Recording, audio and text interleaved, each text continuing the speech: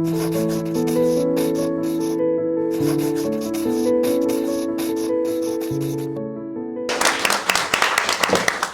Neil Thomas. Thanks so much for being here, and thrilled to be talking about Dan Wang's fantastic new book, Breakneck. So Dan, I think you want to just kick things off with a bit of an introduction to your arguments. So for those of you who haven't already read through the whole thing, I was told about this yesterday, so I had to catch up a little bit. You can see all my marginalia and folded dog-eared pages there.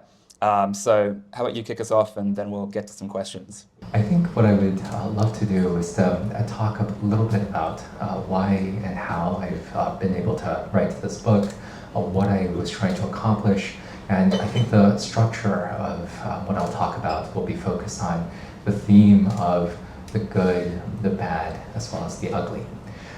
So I will speak a little bit about how I came to be able to write this book first, which is that I was living in China, as Sissy said, between 2017 to 2023. I moved at the start of 2017 when President Trump just took office the first time. And it felt like a pretty momentous time to be in China over those 6 years.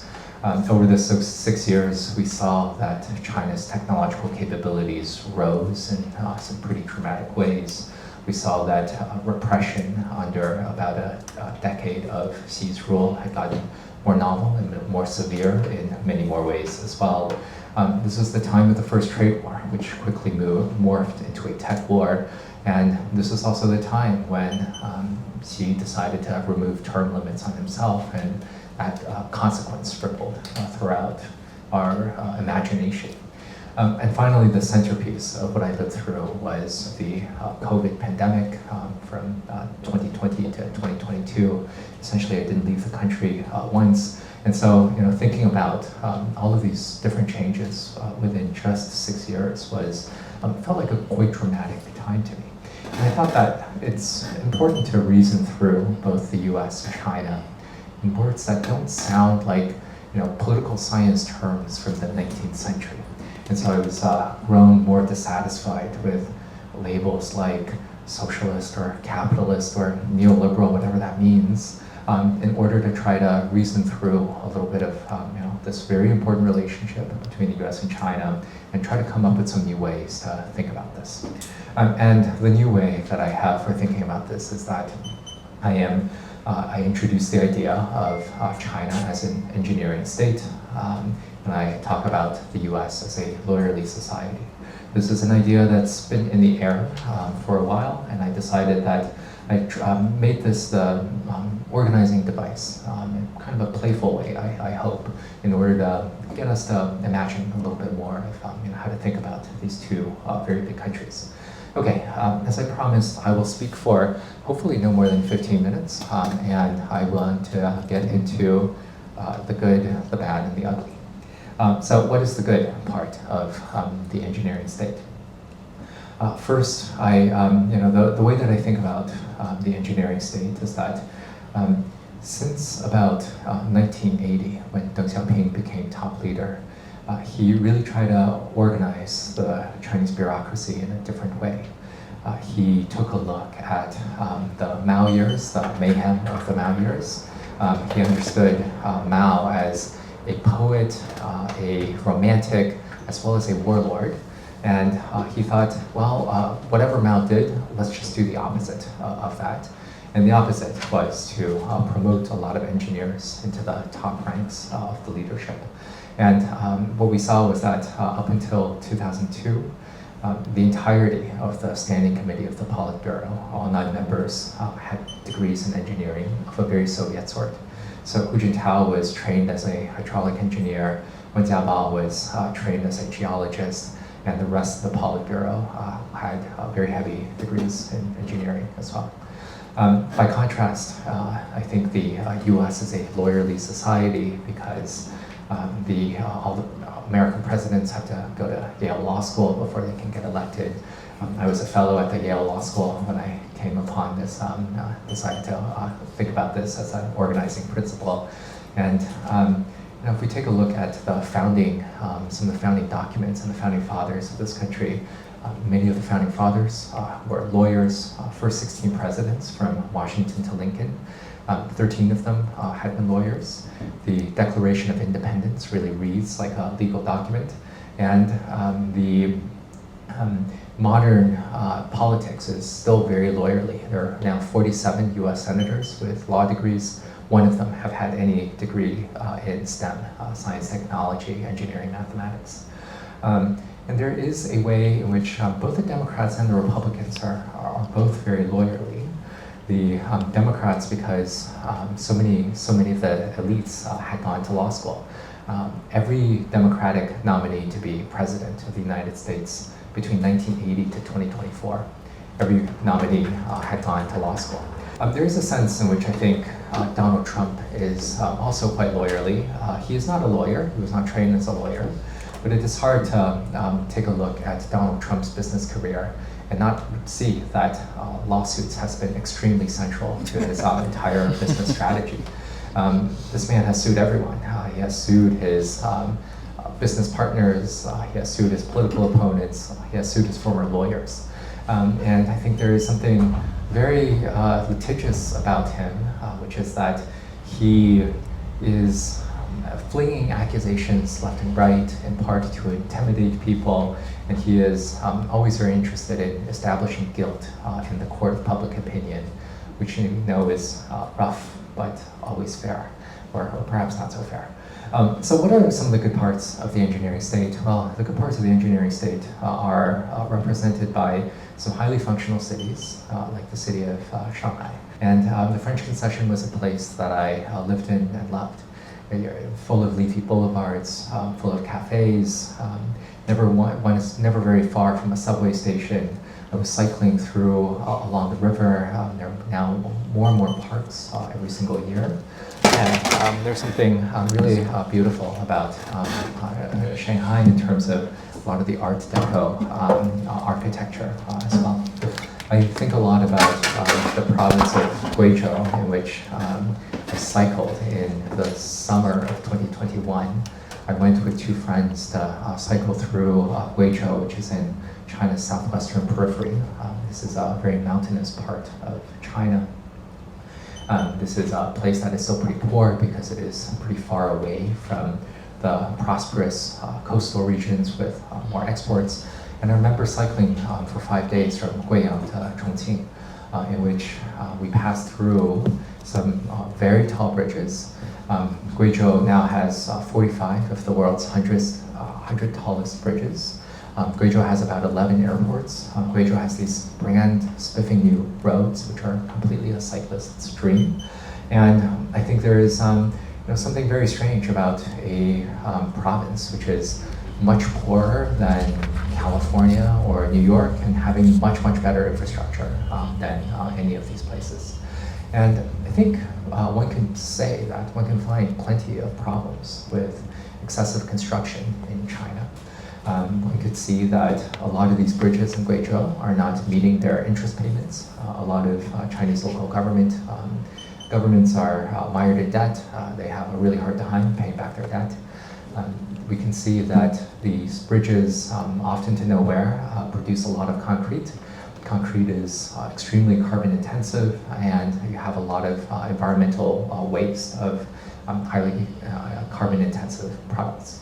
And I think there is also an element of human displacement in which infrastructure will be built by hook or by crook. There will be plenty of displacement of people, especially if we're building something like a hydroelectric dam, like the Three Gorges Dam, which displays something like 1 million people when a lot of parts of southwestern China were flooded to build this very big dam. But in spite of all of these problems, I think that the pace of construction in China has been positive and highly positive. That I think it is really amazing that China built its first highway in the year 1993, and then only 18 years later, it built an America's worth of highways. And then 9 years after that, it built another America's worth of highways. So imagine if you were born in 1993, the year China built its first highway. By the time that you reach the legal driving age in China of 18, you'll be able to drive on a system that is as big as America's. I think that it is highly positive that Chinese residents see new subway stations, they see new high-speed rail stations, they see new parks, they see new bridges, and that gives them a sense of optimism about the future. Once you've seen your city improve by leaps and bounds from only a few years ago, that is also a source of feeling like the future will be better than the past. And this really improves a lot of people's lives in pretty dramatic ways in the cities as well as the countryside.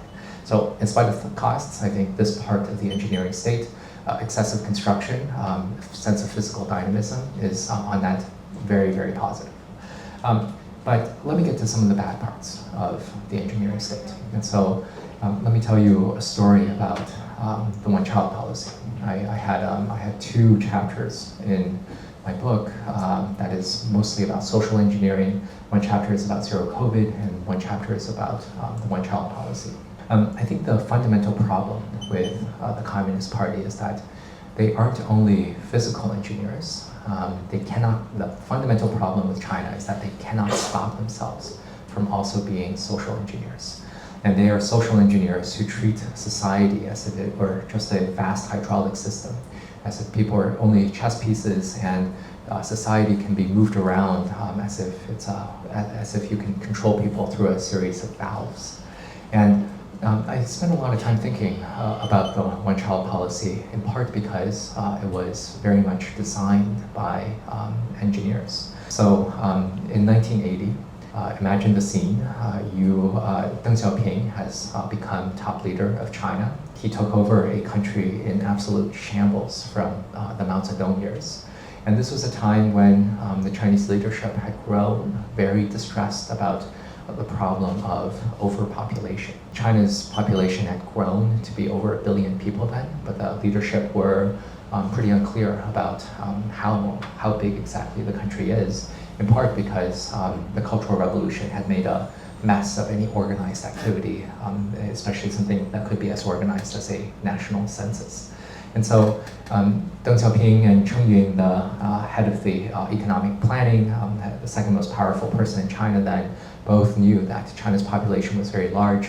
They worried that overpopulation was going to defeat China's economic development program, and they decided to do something about it, but they weren't sure exactly what. And into their ears was an extremely elite military scientist named Song Jian. Song was someone who was working in I believe the 7th Ministry for Machine Building, which is the ministry, the state-owned enterprise, essentially in charge of launching China's rockets. And Song Jian was an extremely talented mathematician. He was a co-author with Qian Xueseng, a textbook called Engineering Cybernetics. These two were probably the most elite 2 scientists in China. And part of what Song Jian decided to do was to whisper into the ears of the leadership that what China really needs is to confront the problem of overpopulation decisively. And his solution was the one-child policy. So Song Jian, again, a brilliant mathematician, plugged in a bunch of models and said, well, if China's population rate was still 3.0, and it was 3.0 for a very long time, then China's population would reach something like, I believe, 3 billion people by the year 2050. So he assumed that the fertility rate would not change. And second, he did a lot more fancy mathematics to say, given the amount of land China has, given our amount of resources, given expected production levels, the optimal population for China was 700 million people. And I think we can take a look now and take a look at these propositions and understand them to be, I would say, total nonsense. That the fertility rate would change over time as people grew richer, as people grew more educated, and that there is no optimal population level that one can plug into the most sophisticated computer that China had at the time to reach a level of population of 700 million people.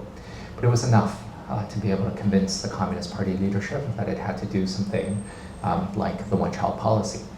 And the one-child policy was something that I found very, very interesting to study, in part because I was born in 1992, and Most of the one-child policy was inflicted throughout China's countryside, where fertility rates were higher. And the one-child policy didn't really touch so much the urban residents in China. My parents were both urban residents in Kunming in southwestern Yunnan province. And the one-child policy had also mostly peaked by the time that I was born. The peak of enforcement was in a year in the early 80s and another year in the late 80s. But I think when I was reading through a lot of this, a lot of the documents, a lot of the archives, I think it could only be described as a campaign of rural terror that was meted out against mostly female bodies. According to the statistics that's released by the National Health Commission, China conducted about 300 million abortions over the period of the one-child policy. That's around the present population of the United States. This conducted about 100 million sterilizations of women, and it really inflicted these traumas in some of the most brutal ways of forced sterilization, forced abortions, dragging women away in hog cages, and then haranguing them until they consent to an abortion. This was, when I was thinking more about the one-child policy, this was really a big reason for me to write a book focused on the engineering state, because I think it was only a country like China that could be convinced by a military engineer that population trajectories could be as simply controlled as missile trajectories, and also that it had the organizational capacity to really round up a lot of families and then either make them give up their already born children, or make them consent, or in some cases not consent to an abortion or sterilization program. And I think the irony of all of this is that Chinese government is trying to engineer the population again, which we've swung from suppressing births into encouraging births. A lot of these neighborhood committees that were started out during the COVID years have now shifted into essentially telling women, you need to have kids right now. A lot of what they have been doing is that they would go up to women in different parts of, let's say, Shanghai, and to ask them, how has your menstrual cycle been recently? And won't you consider having some children? And I remember reading some remarks in reported media saying that women have complained that their parents would only ask them once how many times, whether they plan to have children, but the neighborhood committees have asked them more than 6 times whether they plan to have children and when. And so this is kind of the seesaw of the engineering state that goes to these various extremes really quickly. And once they figure out that something isn't working, they swerve really hard in a different direction, and without too much debate, they go super hard in one direction and then off into the other. So I've spoken about the good, the bad. Now let me get to the ugly, and I think I'll focus the ugly on the lawyerly society that is represented by the United States. What are some of the good parts of the engineering state? Well, physical dynamism, having home construction, having mass transit construction, having a functional manufacturing base. These are all, I think, triumphs of what China has been able to achieve. And these is in pretty stark contrast to the pretty pitiful level of infrastructure that we see in the US. 3 days ago, I took the Acela train on the Amtrak down from New York City to Washington, D.C. And on the train, I was reading about this upgrade to America's only high-speed rail line. And this new upgrade, I was thinking, oh, that's wonderful. This is a really shaky train. Are we going to have a much better set of trains now? And I read on the news sites that the new Acela trains will be several minutes slower than the present Amtrak trains, Acela trains. And I thought about this in part because I also wrote my book in a pretty significant part at the Yale Law School. And the Yale Law School is in New Haven, Connecticut. New Haven is connected to New York by the Metro North trains, which is pretty reliable. It's a little bit slow. It takes about 2 hours to get from New Haven, Connecticut down to New York City. I thought that the train system was quite fine until one day while I was writing this book, I came across a timetable from 1914. in which getting from Grand Central Station in New York City to New Haven Station took slightly less time than it does today, about 100 years ago. And so, this is at a first approximation. America is moving slower and slower as time goes on, and I think that is embarrassing, that is humiliating, and I think that is something that needs to be changed in pretty big ways. I lay a lot of the blame of this at the feet of the lawyerly society. It's a very litigious society in which any person can stand up and sue and say, I don't want a train in my backyard, I don't want a home near me because I want to protect my property value, and I want to make sure that my life can stay as it is. And there's a lot of judges here that are able to grant these sorts of objections. I just spent the day at the Abundance Conference, which is elsewhere in DC, and I think there is a very strong sense among both the American left as well as the American right that things have been very stuck for quite a long time. We have tremendous shortages of housing. We have tremendous shortages of mass transit. We're unable to build very much infrastructure, and all of this is before our ability to build the solar and wind capacity in order to decarbonize our economy. And I think there's a pretty strong sense that a lot of these things need to change. And I think that the lawyerly society has been one of these major obstacles against our ability to do very much at all. Now, I think the last remark that I will make is to conclude by saying that I think that both countries are highly, highly imperfect. Both countries are regularly delivering self-beatings against themselves in the name of competition. Both countries are racing to erode their own advantages. I think that China is eroding its own advantages in terms of removing this focus on growth and transforming the political system, which had been pretty strong in the past, to focus so much on Xi Jinping thought. And that could mean poverty alleviation this week, environmental protection next week, and then new productive forces the following week, whatever that means. And so the bureaucracy has become much more confused, and I think the political system has become much more sclerotic after Xi removed his own term limits, and people are much less certain about what is going to be going on.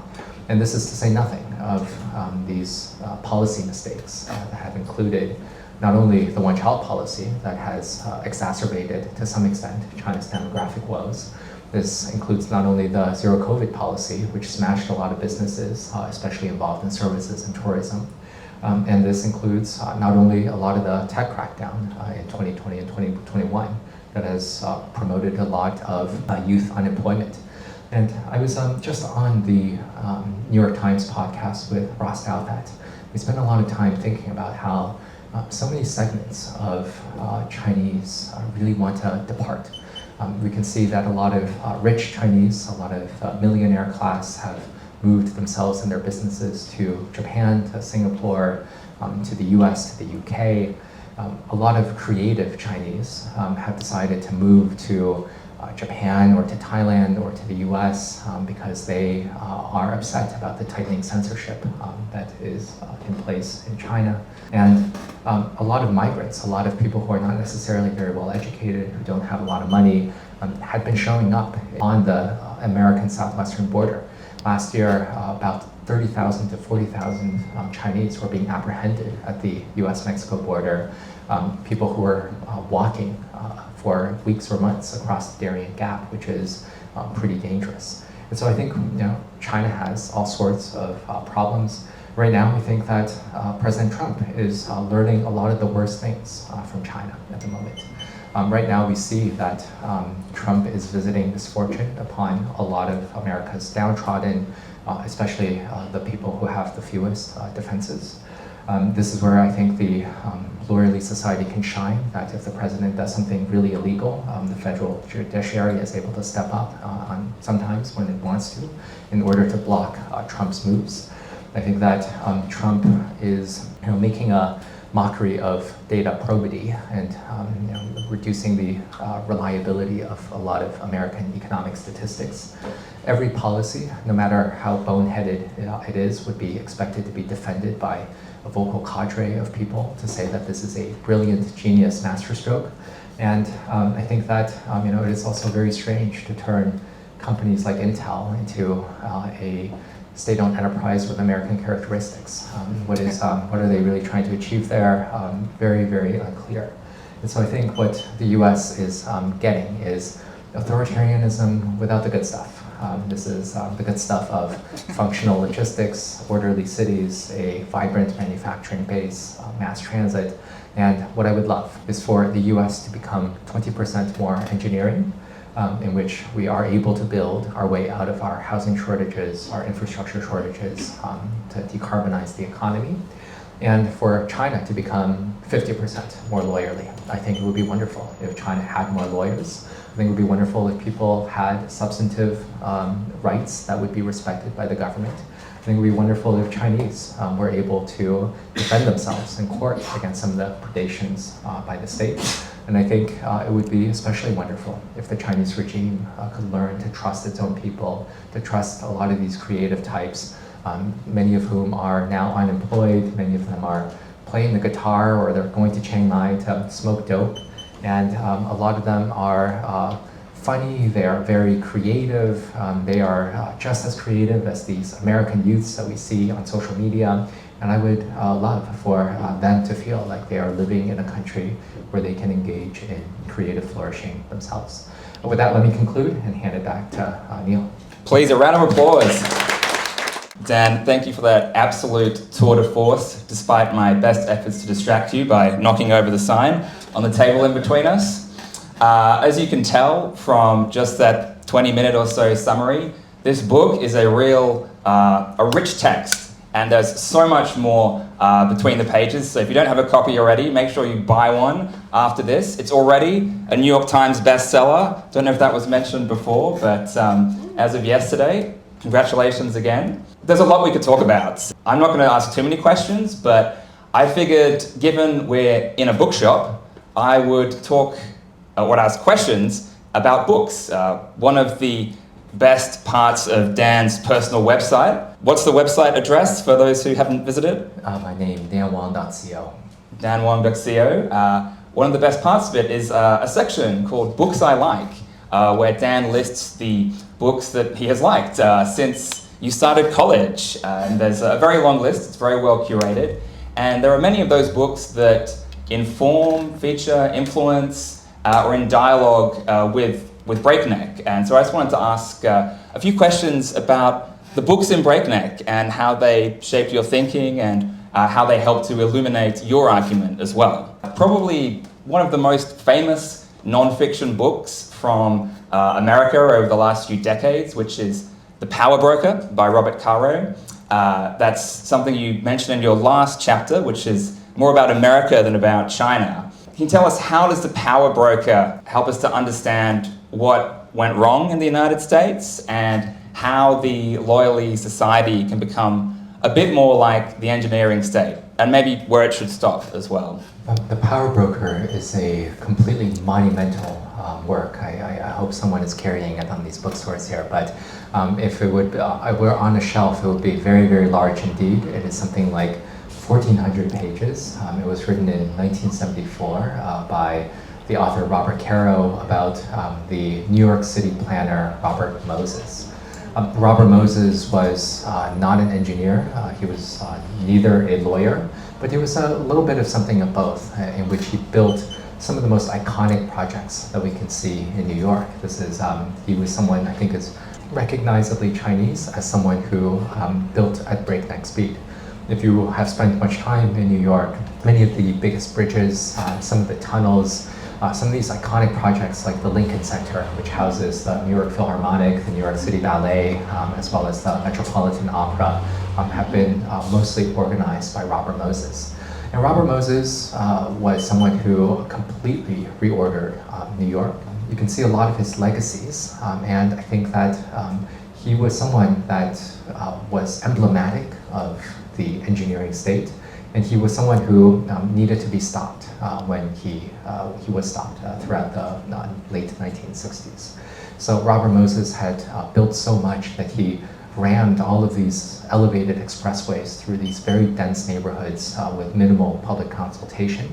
And he was going to rip up a lot of Manhattan to build another highway as well. And it was partly against this tendency of building by a lot of America's urban planners like Robert Moses that the Loyalty Society took shape. People were tired of having the city being completely ruined by these big highway projects. People throughout the 1950s and the 1960s were also tired of the US Department of Agriculture that was spraying pesticides and other chemicals absolutely everywhere. And people were also quite tired of the war in Vietnam and the disgrace that it cast upon the US government as well as the technocracy in the US. And so part of what I want to say is that the US used to be an engineering state itself. It certainly built a lot. It built skyscrapers, it built canal systems, it built railway systems, and then in the 20th century, that was all in the 19th century, and then in the 20th century, it built too many highways, it built the Manhattan Project, it built the Apollo missions, and that ran up against a lot of citizen discontent. And I think the Loyalty Society took shape for excellent reasons to stop folks like Robert Moses from tearing up cities, to stop the government from spraying pesticides and chemicals absolutely everywhere. And it was to confront a problem of its time. And I think right now we have overcorrected on some of those problems. I think the lawyers and the Loyalty Society have made it impossible to build very much of anything at all. There's been this excessive localism here that has severely weakened the government into building necessary works. And a lot of what I'm thinking about with some folks in the abundance movement is to how to have a government that is able to actually deliver the projects that people want, rather than being able to prove that it is following these set of procedures, these set of checklists in a very rigorous way. I think the lawyers are much more focused on procedures and on rules and on regulations rather than the outcomes. And I think that it is now time that we think a lot more about the outcomes, because ultimately this is what people demand in their lives. Better, more functional mass transit, places to live, rather than some sort of a procedural legitimacy that is generated by the government saying, well, we really did our studies very thoroughly, and we had the right committees, and we were able to study this problem very, very well. I'll get to a couple of questions about China books in a second, but while we're on the topic of abundance, obviously another massive bestseller over the last few months, and there's definitely some echoes of that, and you quoted in the book. So I'm curious, thinking, in Washington DC, a place full of policy wonks and kind of end consumers of research products who demand a so what and kind of practical recommendations that they can do things with. In your conversations with the abundance folks, you recommend in the book that America needs to reconnect with its engineering heritage, and that America needs a more diverse set of voices in its elite decision making. So, economists and engineers, not just lawyers. What are some pledges you'd like to see Democrat or Republican candidates take to the 2028 presidential election that would maybe move America in the direction that you want? I think that, yes, I think it would be very good for the American political system to be not so dominated by the lawyers. Let's throw in a few economists, let's throw in a few engineers. Heck, let's even throw in a couple of dentists into the US Senate. Why not? I think that the first thing that I would like to do is to have a degree of pluralism in America, that it is not so much being run by lawyers who are, I think, fundamentally best at defending the interests of the rich. That many lawyers are themselves the rich. In the law salaries now keep going up. I believe that among the first-tier law firms, for a first-year law associate, the entry-level wage is something like, I think, $235,000 for a fresh graduate of law school. And I've come across these headlines that law salaries are so high that they're being compared to the NBA, the National Basketball Association. And on Wall Street, the lawyers make even more money than the bankers now. And so I think that the lawyers are best able to defend the rich, and they are also themselves the rich. And part of the problem with America is that it is very well set up for the rich, and it is not very well set up for anyone who is not the rich. If you're in New York, again, a city that I'm a little bit more familiar with than Washington, D.C., you don't necessarily have to take the subway to get to wherever it is you're trying to go. Maybe you have your own private car and your own private driver. Maybe you have your own helicopter. The rich don't have to deal with the housing unaffordability that is plaguing a lot of the working class. They have these very skinny skyscrapers you'll be able to see in the Manhattan skyline that are being sold basically exclusively for the very, very wealthy.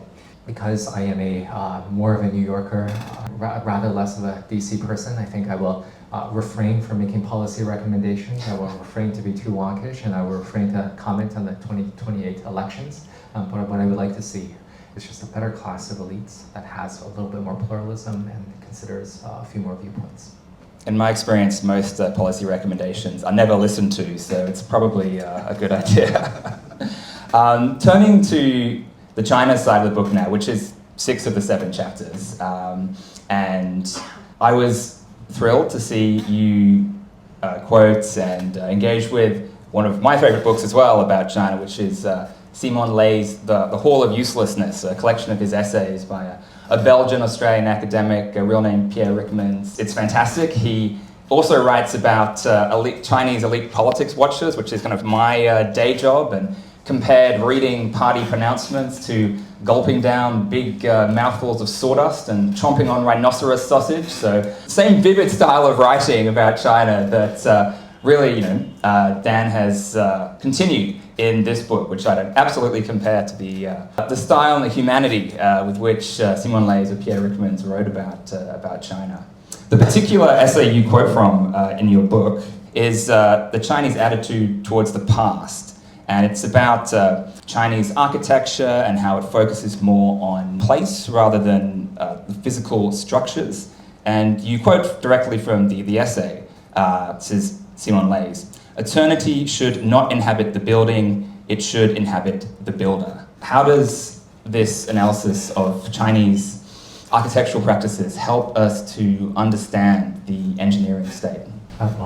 Let me first echo a recommendation to read Simon Leigh's The Hall of Uselessness. It's, I think, a set of essays that really capture the essence of being Chinese. This is published by New York Review of Books. You're right, Neil, that Simon Leys is very, very funny, skewers these political watchers, perhaps a little bit like yourself. I think I'm very lucky that technology analysts like me did not exist in his days, otherwise I would be made fun of extensively as well. I think that there is something distinct about China's method of pursuing technology with the US. And the distinction that I would draw is that the US has become very, very focused on efficiency. It's been very, very focused on profitability.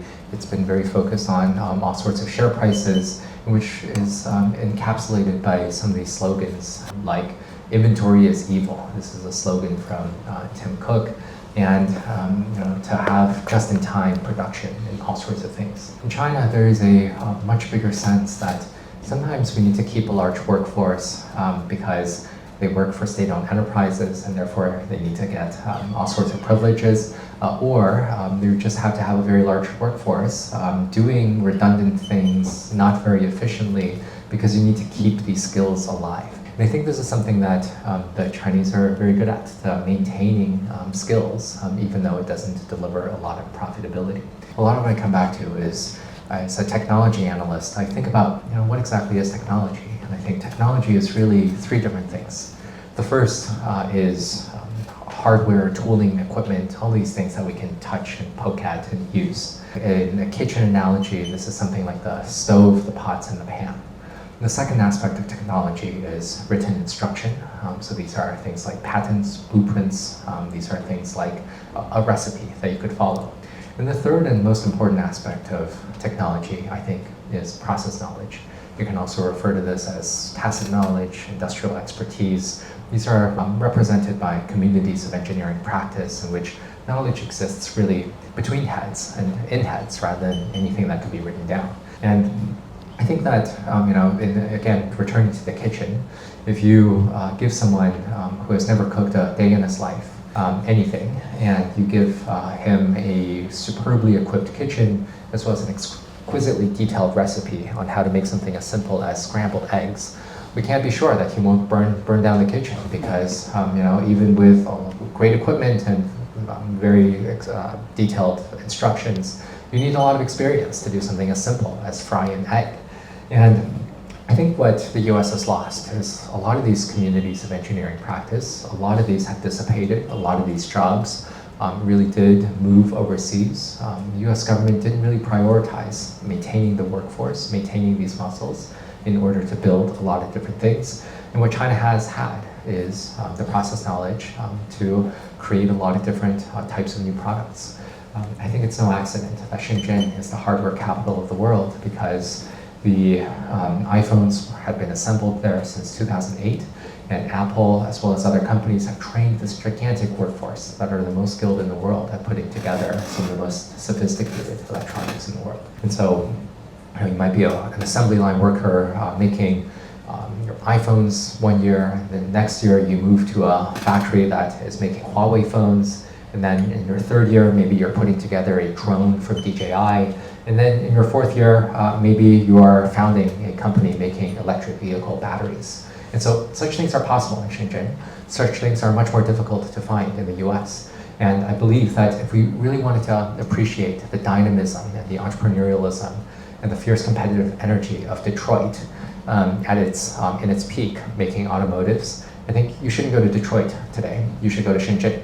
And this is because Shenzhen has become much better at maintaining these communities of engineering practice and building new products as well. Just on Shenzhen, your wife, Sylvia Lintner, wrote a book called Prototype Nation, which is all about these entrepreneurial communities in Shenzhen. I'm just wondering if you can maybe discuss for a little while about not the engineering state in China, but the engineering society. What's different about communities of entrepreneurs in China compared to the United States, if there is big differences in your view? Yes, I think there's certainly big differences in the entrepreneurial culture of at least Shenzhen as well as Beijing.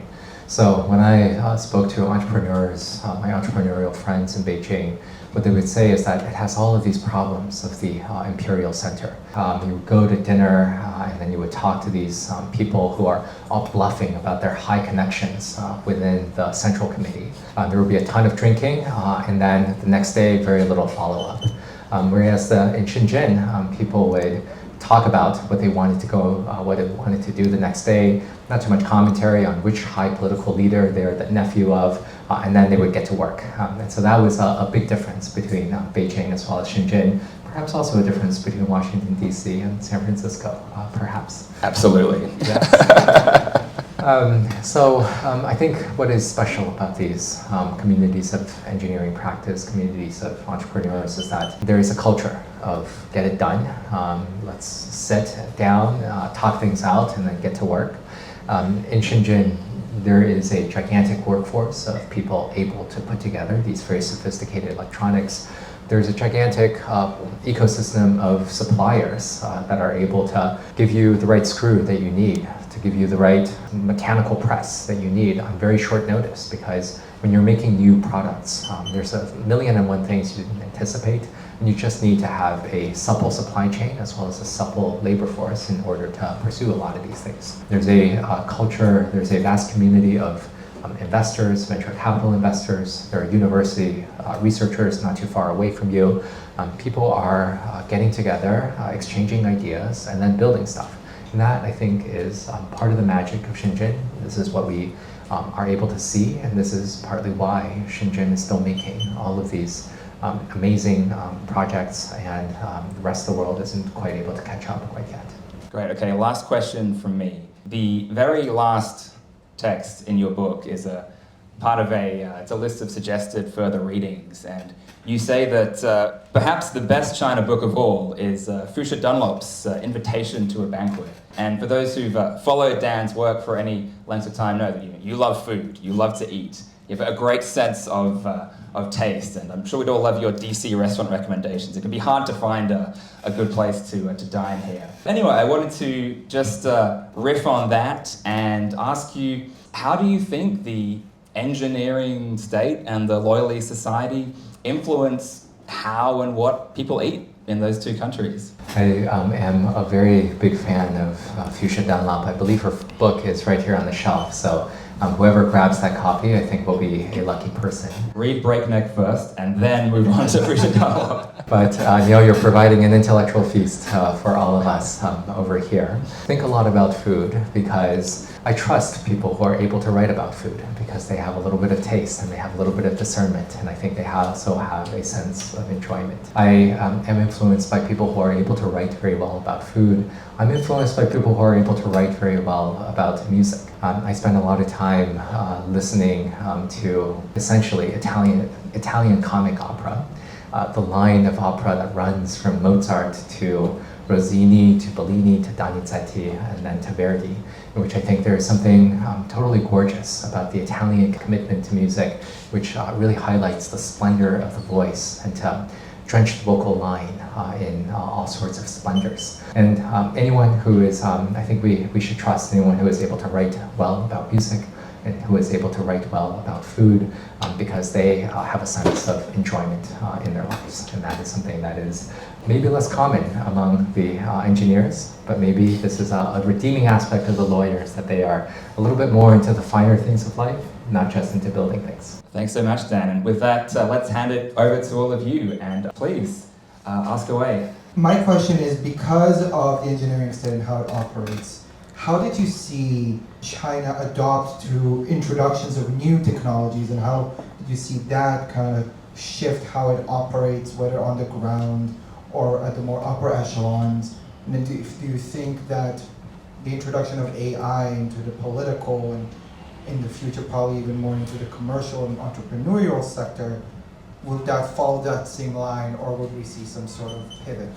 I think that China tends to be quite cautious in adopting any new technology, but once that the Communist Party feels confident about the technology, it is able to go very hard into it indeed. So if we think about something like the internet, that was thought to be corrosive to authoritarian regimes in the 1990s. So Bill Clinton has this extremely bizarre image that the internet represented nailing Jell-O to the wall.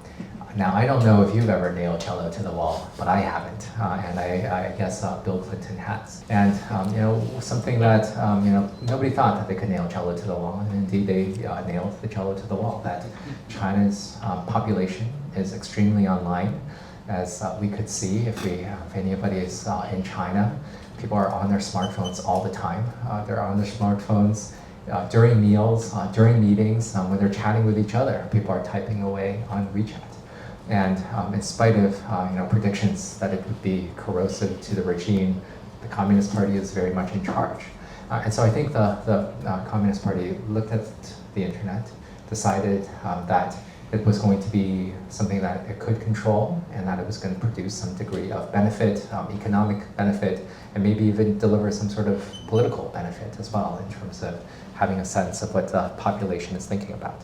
And I think that has been China's approach also to artificial intelligence, in which it was cautious initially. I think after the introduction of ChatGPT at the end of 2022, there were about 6 months before China really let large language models loose in the population and decided that AI is a technology worth having, and it has been relatively successful, perhaps even very successful at producing AI reasoning models, when most of us thought that this is only the province of a few labs in Silicon Valley. And so China is spreading, letting artificial intelligence spread. The only thing I wonder about is if that is a precarious situation in which at some point these DeepSeek models will jailbreak themselves. They'll talk about all of these sensitive political projects, something like start getting into the political status of Taiwan, what exactly happened in 1989, what is going on in Tibet right now. Maybe they will even discuss highly sensitive books like Breakneck. Do you have particular identified legal reforms to institutions that would make it easier to move towards the engineering society vision? Yeah, well, first let me say that I don't want the US to become like China. I want to be very clear about that. We don't need to copy the Chinese model because there are plenty of other models that we can take bits of. I think it would be great if New York City were able to build at the cost levels of cities like Paris or Madrid, which are roughly able to build subway systems at about 1/8 the level of the costs of New York City.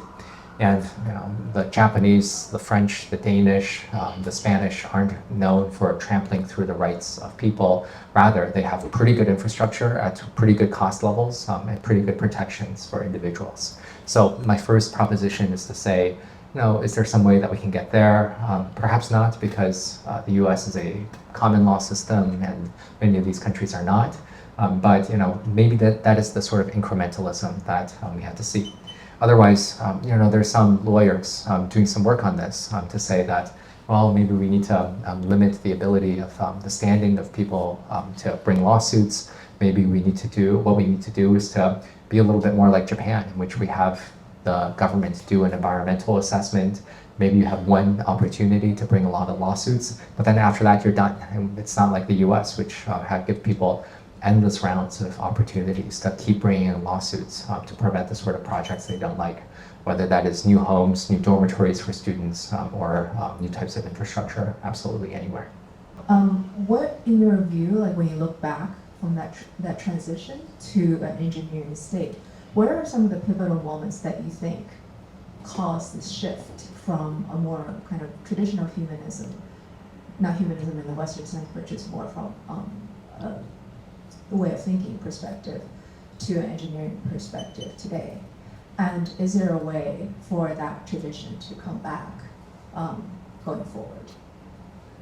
I think that when the state had to deal with exigencies, whether that is a natural disaster, whether that is a foreign threat, whether that is a threat of any sort of a military invasion, the state becomes very enthusiastic on engineering its way out of different problems. And so you're right, of course, that there is a deep humanist tradition in China, but I think it is a little bit more difficult to find a deep liberal tradition in China, in which the state voluntarily cedes quite a lot of discretion to the people. It's mostly about maximizing the discretion of the state itself. And anytime there are these really big challenges, really big threats, really big problems that the court identifies, it often doesn't hesitate to do as it likes with society, ordering people around, building big fortification systems. And I hope that at some point the leadership will recognize what a great asset it has on its hands in terms of creative youths that are very interested in, doing more than having, funny little videos on Douyin. That they are very interested in producing great novels, that they're very interested in producing great poetry, that they're really interested in speaking to the outside world and having real exchanges with people outside of the Great Firewall. And I'm hopeful that, I'm a Californian, and that means I'm always going to be a sunny optimist, that we're going to have some sort of a assertion of creativity by young people, and then that perhaps the leadership will one day recognize that its people are creative and they can be trusted to manage themselves quite well. Thank you very much. All right.